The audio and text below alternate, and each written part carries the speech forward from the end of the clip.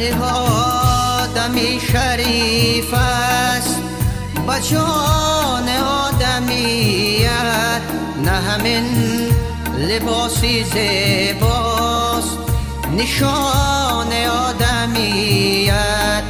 اگر آدمی با چشم است دهان و گوش و بینی، چه میان نقش و دیوار میان آدمیت.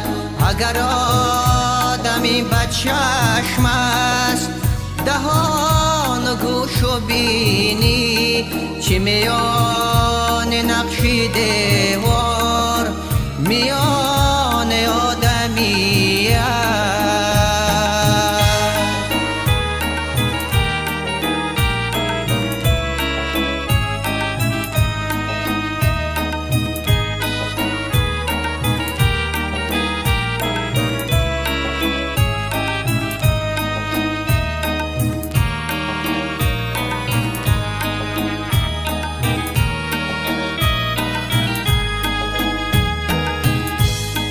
مگر آدمی نبودی که اسیر دیو ماندی، که فرشته ره ندارد با مقام آدمیت.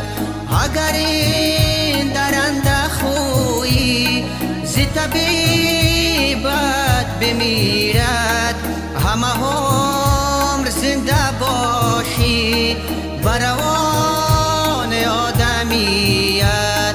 تنها آدمی شریف است با جان آدمیت، نه همین لباسی زیباست نشان آدمیت.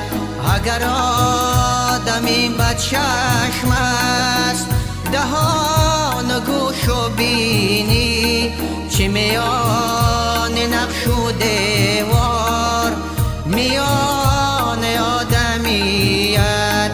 اگر آدمی با چشم است دهان و گوش و بینی، چه میان نقش دیوار و میان آدمیت.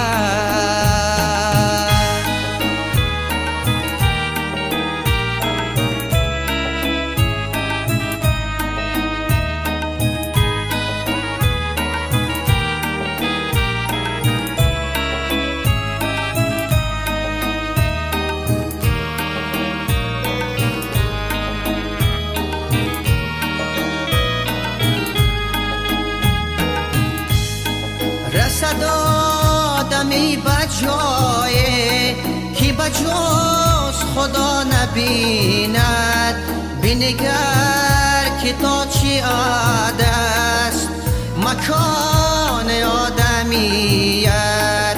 نه بیان فصل کردم که نصیحتی تو گفتم، هر از آدمی شنید